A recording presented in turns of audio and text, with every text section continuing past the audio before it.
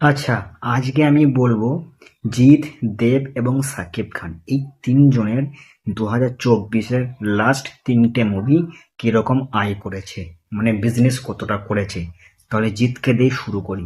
জিদ্দার Genghis 6.25 কোটি। ঠিক আছে, এটা হলো চেঙ্গিসের কালেকশন 6.25 কোটি। এবারে ভুমেরাং অ্যাভারেজ একটা কালেকশন করেছে 3 কোটি। মুভিটা হিট হয়েছে।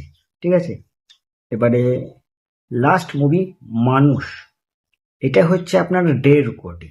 ঠিক আছে, 1.5 কোটি, মানে 1.5 কোটি টাকা কালেকশন করেছে।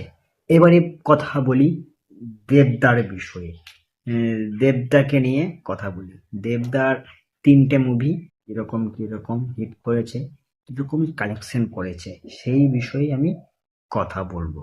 দেবদার টেক্কা মুভিটা 19.6 কোটি টাকা বিজনেস করেছে। বাঘাযতীন এই মুভিটা টোটাল আয় করেছে 6.5 কোটি। প্রধান এই মুভিটা টোটাল আয় করেছে 6.56 কোটি। ঠিক আছে, এটা হয়ে গেল দেবের কালেকশন, মানে টোটাল কালেকশন। এবারে লাস্ট যে হিরোটার কথা বলবো সেটা হলো শাকিব খান। শাকিব খানের টোটাল তিনটে মুভি কিরকম কিরকম আয় করেছে আমি সেটাই বলবো আপনাদেরকে। প্রিয়তমা এই মুভিটা টোটাল আয় করেছে 40 কোটি। তুফান এই মুভিটা টোটাল আয় করেছে 56 কোটি। এবারে লাস্ট যে মুভিটা সেটা হলো রাজকুমার। এই মুভিটা কত আয় করেছে? রাজকুমার এই মুভিটা টোটাল আয় করেছে 26 কোটি। তাহলে বুঝতে পেরেছেন তুফান, প্রিয়তমা, রাজকুমার কত কত বিজনেস করেছে। এবারে সাকিব খান, সাকিব খান হচ্ছে মানে 1 নম্বরের হিরো, বাংলাদেশের মেগাস্টার।